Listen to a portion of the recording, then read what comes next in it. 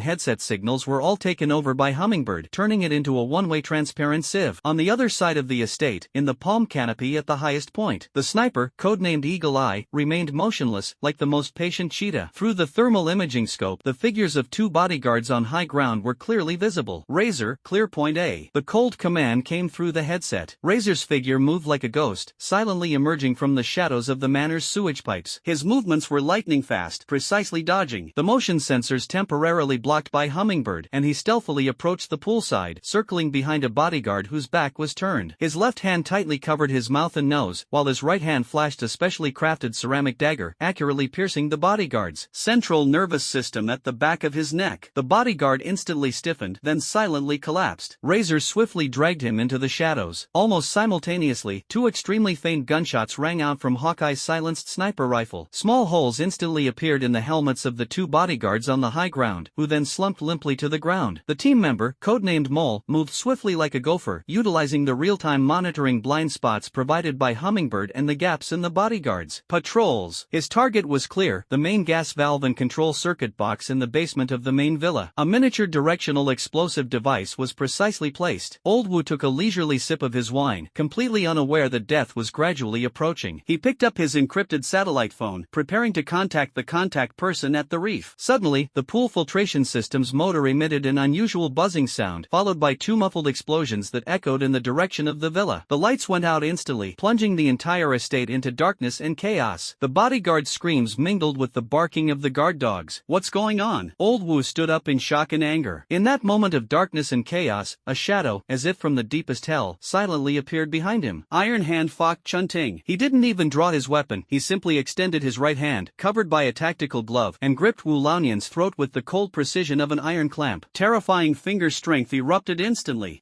Old Wu's eyes bulged, and he made a helpless horse sound. The satellite phone and wine glass in his hand fell to the ground at the same time, shattering into pieces. He struggled desperately, his eyes filled with unbelievable fear. For C's gang, it's time to settle accounts. Iron Hand's icy voice was like the pronouncement of death, and his fingers twitched suddenly. A chilling sound of bones cracking echoed clearly in the darkness. Old Wu's head drooped at an eerie angle, his life ending in an instant. Iron Hand released his grip as if discarding trash, and Wu Laonian's lifeless body slumped limply onto the recliner. Iron Hand bent down, swiftly pulled a miniature encrypted storage device from his inner pocket, and without glancing at the corpse on the ground, his figure vanished like a ghost into the darkness, disappearing into the chaotic manor. A few seconds later, the directional blasting device for the gas pipeline, which had been pre-installed by the mole, was activated. Boom! A corner of the villa was engulfed in flames in the violent explosion. A perfectly orchestrated accident had been meticulously planned. Meanwhile, the members of the Eliminate team had already vanished without a trace, like drops of water disappearing into the ocean, using the fire and chaos as cover. A silent and deadly victory in their first battle. Rock Base, Deep Energy Training Room. The atmosphere here is completely different from the humid and hot killings of Southeast Asia. It is filled with a cold, technological feel and immense mental pressure. Chen Mang stood shirtless in the center of the training room. His well-defined muscles were covered in fine beads of sweat, but his eyes shone like stars, focused and unwavering. The power of his transformed star essence surged within him, and a deep blue light flowed across his body, forming a stable halo. His guardian field now covered a radius of 20 meters around him. Opposite him was a specially designed target robot capable of simulating powerful mental pressure and energy impact. Attempt to merge, target, individual mental suppression. Qin Wei's voice came through the loudspeaker as she calmly recorded the data. Chen Mang took a deep breath, his mind sinking into the core of the star marrow. But this time, he didn't simply mobilize his protective power. Instead, he forcibly poured an extremely strong will, the ultimate mockery of the enemy's ignorance and arrogance, an absolute contempt for his own power, the essential power of the SSS level mockery ability, like a poisoned needle, into the surging torrent of star marrow. This process was extremely dangerous. 2 powerful forces of completely different natures clashed violently on his mental level. The vast and profound star essence attempted to contain him, while the chaotic and twisted mockery attacked him wildly. Veins bulged on Chen Mang's forehead, his temples throbbed, and a severe headache felt like it was tearing his his consciousness apart. Energy clash. Mental strain surges. Chen Mang, hold on. Xin Wei's voice carried a hint of tension. Give me, melt. Chen Mang roared in a low, resolute voice amidst the mental storm. He concentrated all his will into a single point, forcefully guiding and compressing the power of the star essence. At this moment, this power was no longer a gently flowing river, but transformed into a raging vortex, tightly enveloping and repeatedly forging that piercingly mocking intent. Inside the training room, an invisible force field vibrated violently. The deep blue light in Chen Mang's eyes suddenly expanded, and he abruptly raised his hand, his index finger pointing straight at the target robot in the distance like a sharp sword. There was no earth-shattering energy burst, only an extremely condensed, almost invisible mental fluctuation, like an infrasound needle piercing through space, instantly penetrating the robot's core processor. The target robot trembled violently, its holographically projected ferocious face suddenly twisted, and the simulated powerful mental pressure field collapsed instantly like a punctured balloon. Its internal logic system fell into brief but violent chaos. The attack program was interrupted, the machine froze in place, and the alarm lights flashed wildly. Success. Spiritual thorn, a precise single-target mental attack. Success. In the monitoring room, Xin Wei and the Qing Nang team exclaimed, suppressing their excitement. Data showed that the mental impact of that instant was enough to plunge even a determined elite warrior into a state of confusion or fear for at least 3 seconds. Chen Mang slowly lowered his fingers, breathing heavily, sweat soaking the ground. Despite the immense exertion and splitting headache, his eyes burned with excitement. This new ability would bring more tactical possibilities to future battles. Base rest area. Accompanied by Qin Wei's assistant, Su Xiaoyu was conducting her daily mental perception meditation training. With her eyes closed, she tried to capture the emotional fluctuations of those around her, the resilience of the wounded in the distant medical area, the focus of the personnel in the command center. Everything was calm and peaceful. However, without warning, an indescribable, chilling, and terrifying tremor suddenly gripped her heart. Ah! Su Xiaoyu let out a shrill scream, clutching her head tightly with both hands. The mental imprint erupted out of control, and a deep blue light emanated from her body, violently fluctuating around her. The scene before her eyes instantly transformed. It was no longer the restroom, but an endless, desolate, and frigid ice field. In the center of her vision stood the colossal, circular, ice-sealed gate, the gate of eternal silence. At this moment, the massive ice wall throbbed violently, like a giant heart beating. Each tremor was accompanied by a deafening, muffled roar, seemingly emanating from the depths of the earth. Countless eerie, ghostly blue runes, resembling enormous eyeballs, flickered wildly within the ice wall, only to vanish in an instant. A chilling, greedy will, filled with endless hunger and a destructive desire, like an ancient beast awakening, raged against the frozen barrier. That gaze pierced through endless space, fixed intently on Su Xiaoyu, making her feel as if her soul was frozen, about to be devoured. At the same time, the spare military tag that she wore close to her body, given to her by Chen Mang, and the core of Chen Mang's star marrow that she sensed deep within her spiritual imprint, both emitted a soul-scorching pain and a strong resonance. The door is moving. So cold, so hungry eyes, it's hitting us. It's looking at us, looking at Brother Mang. Su Xiaoyu screamed incoherently, blood flowing uncontrollably from her nose, her body convulsing violently from extreme fear. A piercing red alarm blared instantly, drowning out all other sounds within the base. An ultra-high energy level reaction has been detected at the coordinates of the Gate of Eternal Silence in Siberia. The energy reading has increased exponentially, exceeding 3 times the historical peak. Old Ghost's voice was filled with unprecedented horror. Energy spectrum analysis shows it shares the same origin as the heart of law, but is filled with chaos, distortion, and malice. White Dove's voice trembled as it came through. Almost simultaneously, Lin Yu's emergency highest-level communication with the Dragon Group was forcibly connected to the main screen. Her holographic image appeared, her face as pale as paper, her voice urgent and grave. Chen Mang, Xin Wei. The Kunlun Deep Space Monitoring Station has confirmed that the seal of the Gate of Eternal Silence is suffering an unprecedented internal shock. Energy reactions indicate the presence of one or more extremely dangerous, self-aware, law-level entities within the ruins. They are attempting to break through the gate. The malicious spectrum highly matches the residual energy of the ancient sentinels we encountered earlier. The Dragon Group's Guardian Task Force has been dispatched urgently, but we need Panshur, we need Su Xiaoyu's more precise perception and positioning, and we need your star essence power to resist the evil will behind the gate. This is not a request, this is an alarm concerning survival. The command center was deathly silent, with only the piercing alarm and Lin Yu's urgent voice echoing in the air. Chen Mang appeared at the door. He had just finished training, covered in sweat, and although he looked tired, his eyes were as sharp as a drawn blade. He felt the heat emanating from the military tag, and the star marrow power within him surged with anger. He also saw Su Xiaoyu curled up in Qin Wei's arms, her face covered in blood, still in shock. The Deep Ones, Ravens, the Four Seas gang, these enemies still lurk in the shadows, watching with predatory intent. extent. The wounded at the base have not yet recovered, and the Eliminate the Roots team has just set off. But the threat behind the door was imminent. That cold and greedy malice, like a leech, caused the star marrow power within him to instinctively erupt in a furious roar. Chen Mang's gaze swept over every solemn intense face in the command center. Qinwei, Taisho, holographic communication was already connected. Lao Gui, Bai Gu, Lin Wan. He took a deep breath, his voice steady as iron, piercing through the piercing alarm. Base defenses upgraded to the highest level of wartime status. Non-combat personnel, immediately proceed to the core shelter. Contact Iron Hand. The Eradicate the Root mission remains unchanged, but speed it up. Reply to the Dragon Group. Chen Mang's gaze fell on the coordinate point on the main screen that represented the Siberian ice field and was flashing red light wildly, his eyes burning with a resolute fire. Rock, begin intervening in the Gate of Eternal Silence. This time, it's not defense, it's offense. Assemble all available personnel. Check equipment. Target, the Siberian ice field. We need to see for ourselves what's behind that damned door. We need to plug it back in, or solve it completely. A new storm, with far greater ferocity than anticipated, has arrived with a deafening roar. Its forged sharpness will point straight into the depths of the icy abyss. The war alarm at the rock base shattered the brief tranquility like a death knell. Under Chen Mang's absolute order to intervene in the Gate of Eternal Silence, the entire abyss fortress operated at maximum efficiency, like a sophisticated war machine. Personnel selection. Chen Mang personally selected the key personnel, himself as the core combat force. Qinwei, medical/supernatural. Ability research, was indispensable. Lao Gui, technology/electronic warfare, and Bai Gu, intelligence/hacking, were responsible. For technical support, Su Xiaoyu, key perception, was the scout eye. Lin Wan, although lacking combat power, was specifically requested by Chen Mang to accompany the core command vehicle, not frontline combat, due to her strong resource coordination. Ability, especially in coordinating with the Dragon Group and the Lin family, and logistical support. Combat personnel were selected from those in the best condition, including Dagger, who had recovered 70% of her combat power and whose will for revenge was burning, and 3 experienced veterans of the original Sharp Blade Squad, codenamed Rock 1-3. Hua Gang still needed intensive treatment, and Hound was too badly injured, so both remained at the base under the care of reliable team members. Equipment preparation. The Lin family provided top-tier equipment at any cost. The Aurora Type 3 icebreaker armor, a small number were allocated to the elite. To counter the dual threats of extreme cold and law energy, the Dragon Group's emergency airlift of special relic. Detection equipment, energy spectrum analyzer, structure scanner, anti-mental erosion barrier generator, and specially made high-frequency oscillation armor-piercing projectiles targeting the energy weaknesses of the frosty ancient sentinels, based on data provided by Lin Yu. Rapid deployment. Lin Wan utilized the Lin family's highest channels to coordinate the deployment of a specially modified heavy strategic transport aircraft equipped with short takeoff and landing capabilities and electromagnetic shielding. Just hours later, the transport aircraft carrying the elite Panzer troops broke through the clouds and sped towards the deadly frozen land of Siberia. Icefield Forward Base, established by the Dragon Group. When the transport plane broke through the raging blizzard and landed at the Dragon Group's forward base on the ice field, it was met not only by the deadly cold of -70°C, but also by energy turbulence even more intense than before. The air seemed filled with invisible needles, interfering with electronic equipment and oppressing the mind. The forward base was quite large, brightly lit, with various detection equipment and defensive fortifications. Standing tall, the Guardians Task Force members, clad in Dragon Group's specially designed cold-weather combat suits, were working busily and intensely. Lin Yu from the Dragon Group personally greeted them at the helipad. His face was grave, his eyes bloodshot, clearly indicating he had been waiting there for some time. Chen Mang, the situation is more serious than we anticipated. The crack in the seal is widening, and the energy reaction within is filled with malice and aggression. She quickly led everyone into the warm command center, where a huge holographic screen clearly displayed the image of the Gate of Eternal Silence. On the massive circular ice wall, a terrifying, eerie blue crack tens of meters long was glaringly obvious. Deep blue energy, like ice crystals, continuously overflowed from the crack, emanating a chilling and malevolent aura. The monitoring data fluctuated almost out of control. Commissioner Lin, thank you for your support, Chen Mang replied in a deep voice, his sharp gaze sweeping across the screen. What specific plans do you have? The captain of the Guardians Task Force, a middle-aged officer with a resolute face and the rank of senior colonel on his shoulder insignia, codename Mountain, stepped forward and spoke in a loud voice. Comrade Chen Mang, we have analyzed the energy in the crack and plan to deploy the Dragon Abyss energy suppression matrix at key locations, along with a high-intensity quick-freezing agent, to attempt to forcibly close the crack and solidify the seal. This requires Comrade Su Xiaoyu's mental perception to accurately locate the energy nodes, and also, your star essence power to provide suppression and guidance at the higher dimensional energy level. His words were directed direct and pragmatic, without any bureaucratic emptiness, and full of focus on the mission and an urgent desire for cooperation. Chen Meng hesitated for a moment, his gaze falling on Su Xiaoyu, who was pale-faced and clutching his clothes tightly beside him. The little girl's mental imprint fluctuated violently as soon as she approached, clearly indicating that she was under immense pressure. Mending the rift is only a temporary solution, Chen Meng said slowly, his voice carrying the composure and power of someone who had undergone a transformation. If we don't figure out what's inside and address the root cause, this seal will break sooner or later, and the next time it might be even more violent. The vast power of his star essence flowed slightly within him, releasing an invisible pressure that seemed to thicken the air in the command center. I suggest forming an elite team to enter the rift and investigate its root cause. Enter? Colonel Mountain frowned deeply. Comrade Chen Meng, the situation inside is completely unknown, and the energy readings indicate extreme danger. Entering rashly is extremely risky. Our most important task right now is to plug the breach and prevent anything inside from leaking out. I understand the risks. Chen Meng's gaze was sharp as he stared directly at Mountain. But passive defense will never solve the problem. My star essence power has a special sensitivity and inhibitory effect on that malicious well, and Su Xiaoyu can guide the way. Blocking is necessary, but so is probing. We must do both, and both must be strong. His words were full of unquestionable decisiveness, and his transformed aura left Mountain speechless for a moment. Lin Yu interjected at the opportune moment, her tone calm and rational. Chen Meng's suggestion makes a lot of sense. Mountain, I suggest we split up. You lead the main force of the Guardians to set up the suppression matrix and try to close the rift. Chen Meng, on the other hand, will lead the Rock Elite to form an exploration team, and once the rift is stable or partially stable, seize the opportunity to break in for a short-term, extreme exploration. Both sides will maintain real-time communication and support each other. Su Xiaoyu will be closely protected by Dr. Qinwei and the Rock team members, and will only be responsible for external node perception, not entering the rift. This compromise balanced the goals of both sides. Colonel Mountain pondered for a moment, then nodded emphatically. All right, we'll proceed according to Commissioner Lin's plan. The Dragon Group will provide the reconnaissance team with full fire support at the entrance, and ensure an escape route. I wish you all the best. He then extended his hand and shook hands firmly with Chen Meng. The cooperative spirit and sense of responsibility displayed by the Dragon Group brought a sense of reassurance to the members of the Rock team. The frozen hell, the gates of eternal silence, have been visited once more. Riding in a heavy armored snow-tracked vehicle provided by the Dragon Group, the team braved the raging blizzard and increasingly violent energy turbulence, struggling to approach the enormous rift that resembled the eye of hell. The closer they got, the clearer the cold and malicious will became, like countless ice needles, piercing their minds. Under the protection of Qinwei's calming medication and Chen Meng's proactively released guardian will field covering the entire vehicle, Su Xiaoyu barely managed to stay conscious. Her face was pale, and blood seeped from her nose again, but her eyes were unusually determined as she desperately sensed it. Enemy attack. Deep diver gravedigger force. Left flank ice cliff. White Dove's scream came through the communicator. Almost simultaneously, the ice cap on the right exploded. A swarm of several menacing drones, painted with the Raven logo, swarmed in like locusts, their bellies flashing with the charging light of energy weapons. At a critical moment when the ruins were undergoing an anomaly, the Deep Ones and the Ravens put aside their differences, or reached a temporary agreement, and joined forces to launch a deadly attack on the human forces approaching the rift. Defend! Chen Meng shouted sharply. The deep blue protective field of will instantly shone brightly, tightly enveloping the entire armored vehicle. Boom boom boom. Energy beams, physical projectiles, and azure spears imbued with the laws of frost, hurled by the Deep Ones, rained down on the deep blue light barrier like a torrential downpour. The light barrier trembled violently, emitting a piercing buzzing sound that made one's teeth ache. Rock 1, Rock 2. Suppress the Deep Ones on the left flank. Rock 3, Dagger. Follow me and take care of those drones. Although Dagger had an injured left arm, his movements were still swift and agile as he grabbed the high explosive energy cannon from the roof of the vehicle. The battle instantly intensified. The icy plains once again transformed into a vortex of death. The Deep One gravedigger, clad in heavy, cold and energy-resistant armor and wielding an energy weapon capable of unleashing frost shockwaves, charged fearlessly. Three high priests hovered in the air, brandishing bone staffs, attempting to tear apart Chen Meng's protective force field and interfere with Su Xiaoyu's actions. The Raven's drones are exceptionally cunning. Leveraging their numerical advantage, they employ suicide ramming and energy interference to pave the way for several breakthrough drones carrying high explosive warheads, which then rush towards the armored vehicle. Chen Meng, the force field energy is being rapidly depleted. Old Ghost shouted a warning. Humph, a mere trick. Chen Meng's eyes flashed with a cold light. The power he gained after his transformation granted him unprecedented control. He abruptly pushed open the hatch and leaned half his body out of the car. Ignoring the whistling bullets and ice spears, the power of the star marrow within his his body surged like a boiling galaxy. Get down here. He locked onto the three most troublesome high priests, focusing his mind and fusing the essence of his SSS-level taunt ability with his star marrow. Three invisible and intangible spiritual thorns, yet containing the ultimate spiritual impact, instantly pierced through space and precisely penetrated the spiritual cores of the three priests. Ugh! The three priests were struck on the head as if by an invisible hammer. Their suspended bodies stiffened abruptly, their eyes instantly filled with fear and confusion. The spells they were casting were abruptly interrupted, and they screamed as they plummeted from the sky. The Deep One's attack was thus halted. Immediately afterwards, Chen Mang made a fist with both hands. The power of the vast star marrow was no longer just for defense, but transformed into two condensed, tangible deep blue beams of light, like divine punishment spears, which slammed into the approaching Raven high-explosive drones. Boom, boom, boom. Precise firing. The drone exploded in mid-air into a spectacular fireball, scattering debris everywhere. The terrifying combat power that erupted in that instant was like a god descending from the heavens. It not only instantly reversed the critical situation on the left flank, but also shocked the entire scene. The Deep One's charge was abruptly halted, and the Raven's drone swarm also slowed down noticeably. So powerful! Colonel Mountain exclaimed in amazement as he witnessed this through the Dragon Group's observation equipment. Is this the power he has after his transformation? Now's the time. Mountain, suppress the rift energy. Prepare to break in. Chen Mang's voice came through the communication, calm and powerful. Understood. Guardian, open fire at full power. Suppress the energy spilling from the rift. Clear a path for the reconnaissance team. Mountain immediately gave the order. The Dragon Group's heavy artillery and energy weapons roared deafeningly, bombarding the edge of the rift with concentrated firepower, temporarily suppressing the surging fell energy turbulence. The armored vehicle, braving the remaining fire, charged to the edge of the crevice. The enormous, eerie blue fissure, like the maw of a behemoth, emanated a chilling aura and a greedy malice that seemed to freeze the soul. Within the fissure, distorted light and shadow and even deeper darkness were faintly visible, and inhuman roars seemed to echo right beside one's ears. Su Xiaoyu, one last sensor reading, the direction of the strongest source of malice inside. Qin Wei reported quickly. Su Xiaoyu closed her eyes tightly, her mental imprint operating at full power. She pointed her little finger towards the left side of the depths of the crack. There, it's the coldest, the hungriest, and the call of the star map? Very faint. A fragment of a star map? A glint of light flashed in Chen Mang's eyes. This might be the key. No time to hesitate. Dagger, Rock 1 to 3, protect Xinwei, Old Ghost, and White Dove. Lin Wan, stay in the command vehicle and maintain communication. Chen Mang gave the order very quickly, and finally looked deeply into Lin Wan's worried eyes. Follow me. Without further hesitation, his body surged with deep blue starlight, like the most solid armor. He was the first to leap off the armored vehicle and, like a meteor, rushed headlong into the dark blue rift that exuded endless evil and the unknown. Qinwei, Lao Gui, and Baigu followed closely behind under the protection of elite team members. Dagger had a resolute look in his eyes and stayed behind to guard the rear. Their figures were instantly swallowed by the eerie blue light of the massive crack, disappearing into the biting wind and snow and deafening cannon fire on the icy plains. Colonel Mountain watched the disappearing figure, then commanded in a low voice into the communicator, all Dragon Group units, hold this passage at all costs. Wait for them to break through. Deep within the icy abyss, on the edge of death, an adventure concerning the fate of humanity officially began, and the vast and boundless star marrow power within Chen Mang would confront the deepest darkness beyond the door. The eerie blue crack in the gate of eternal silence resembled the bared fangs of a colossal beast, swallowing the rock assault team led by Chen Mang, Dagger, Rock 1 to 3, Old Ghost, and White Dove. Outside the crack, a raging blizzard raged, and the deafening artillery fire of the Dragon Group's Guardians task force could not penetrate the eerie force field that separated the inside from the outside. The rock-heavy armored command vehicle was parked on the icy plain, the atmosphere inside heavy as if weighed down by lead. A massive holographic screen was divided into several areas, real-time transmission of shaky images from the team member's helmet, cameras,